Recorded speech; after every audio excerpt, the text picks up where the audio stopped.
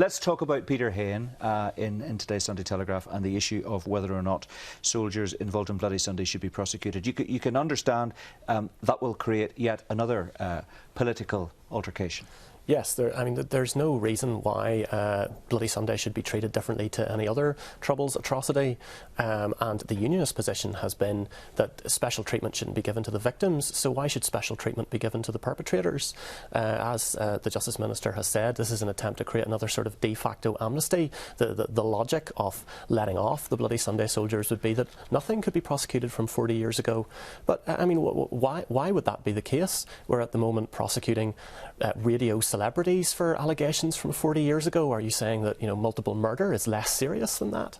It is I think revealing of a new Labour agenda, a desire certainly to just have a de facto general amnesty and brush everything under the rug, but that's not legally or politically possible. Cathy, I think it's very hard for people at home to pick their way through the minefield that is this latest row to hit Stormont. I mean, on the one hand you've got Peter Hain saying all of this was in the public domain. People should have known about it. They should have read the papers. They should have looked at what was being said in Westminster and in Stormont. Then you've got Peter Robinson today in the Sunday Times, as I said to David Ford, quoting a couple of examples of answers that Peter Hain gave that were, he says, less than honest, less than open and honest in his response. Hard to actually get at the facts, isn't it? It is, and hopefully that's what the inquiry will attempt to do. But, from my own perspective, I had read about the On the Run's letters as early as 2002 in an academic article that was published in the Fordham International Law Journal. So people who were interested in the peace process in Northern Ireland probably did have a sense that something was happening.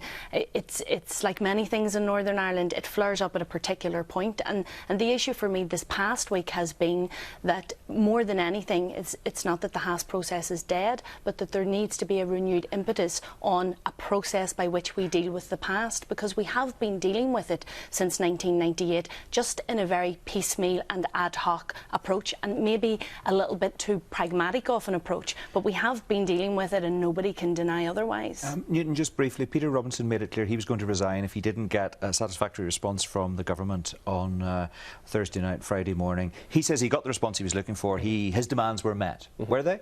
Well, they seem to have fallen a little short, as they would in any political demand, but I do genuinely believe that he was ready to resign and force an election. Now, not to bring down the executive. He wanted an election back into the executive to reassert his mandate, I think.